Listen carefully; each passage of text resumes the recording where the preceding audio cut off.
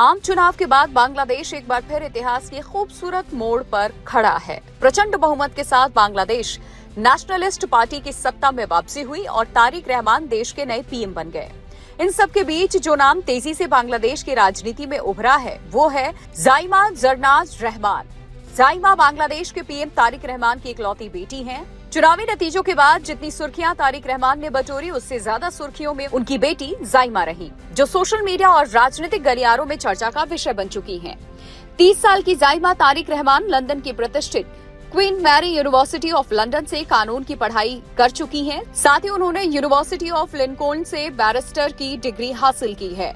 पिछले 17 सालों से जाइमा पिता तारिक रहमान और मां डॉक्टर जुबैदा के साथ परिवार के साथ लंदन में रह रही थी, लेकिन दिसंबर 2025 में ढाका वापसी के साथ ही वो सक्रिय रूप से राजनीतिक मंच पर दिखाई देने लगी। जब ढाका में चुनाव प्रचार तेज हुआ तो जाइमा खुद सड़कों पर उतर आई, रिक्शे पर बैठकर लोगों से मिली, पर्चे बांटे, युवाओं से संवाद किया, जिसके बाद जाइमा सोशल मीडिया की सुर्खियां बन गई।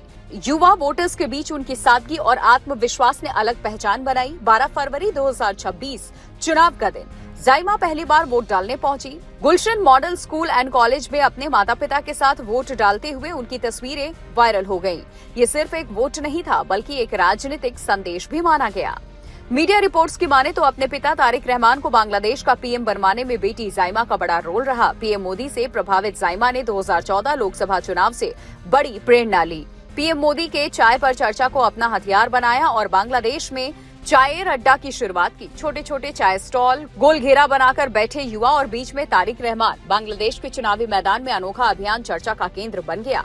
ये सिर्फ चाय की चुस्कियों का सिलसिला नहीं था, बल्कि जनता से सीधा संवाद स्थापित करने का एक सोचा समझा राजनीतिक फॉर्मूला था। ये अभियान सिर्फ एक इवेंट नहीं, बल्कि एक आंदोलन जैसा बन गया था, जहां मोदी ने खुद को एक जमीनी आम आदमी से जुड़ा नेता के तौर पर पेश किया। ठीक उसी तरह बीएनपी ने इस मॉडल को स्थानीय संदर्भ में ढाल करके चायर अड्डा के रूप में पेश किया। देश भर में अनौपचारिक चाय बैठकों का आयोजन किया गया। तारिक रहमान युवाओं, छात्रों, छोटे कारोबारियों और आम नागरिकों से सीधे संवाद करते नजर आए। उनके विरोधी उन्हें बाहरी और अनुभवहीन नेता बताकर निशाना बना रहे थे, क्योंकि वो लंबे समय तक लंदन में निर्वासन में रहे। लेकिन चायर अड्डा ने इस धारणा को तोड़ने में बड़ी भूमिका निभाई। युवा सोच से लैस जाइमा ने पिता तारिक रहमान को सुझाव दिया कि राजनीति अब सिर्फ रैलियों से नहीं की जाती, बल्कि कनेक्ट से की जाती है, और इसी कनेक्ट ने तारिक रहमान को पीएम की कुर्सी तक पहुंचा दिया। बांग्लादेश की सियासत में जब भी बड़े राजनीतिक परिवारों का जिक्र होता है तो सबसे पहले नाम आता है जिया परिवार का।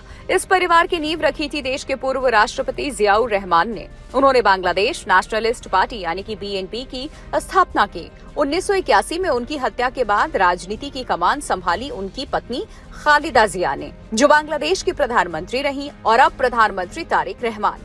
ऐसे में जाइमा को जिया परिवार की चौथी पीढ़ी के रूप में देखा जा रहा है। बांग्लादेश आने के बाद से जाइमा सोशल मीडिया पर भी सक्रिय हैं।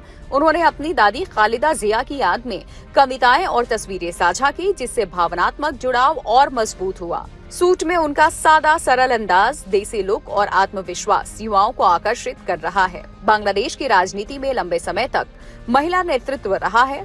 खालिदा जिया और शेख हसीना जैसे बड़े नामों के साथ अब सवाल उठ रहा है, क्या जाइमा इस विरासत को आगे बढ़ाएंगी?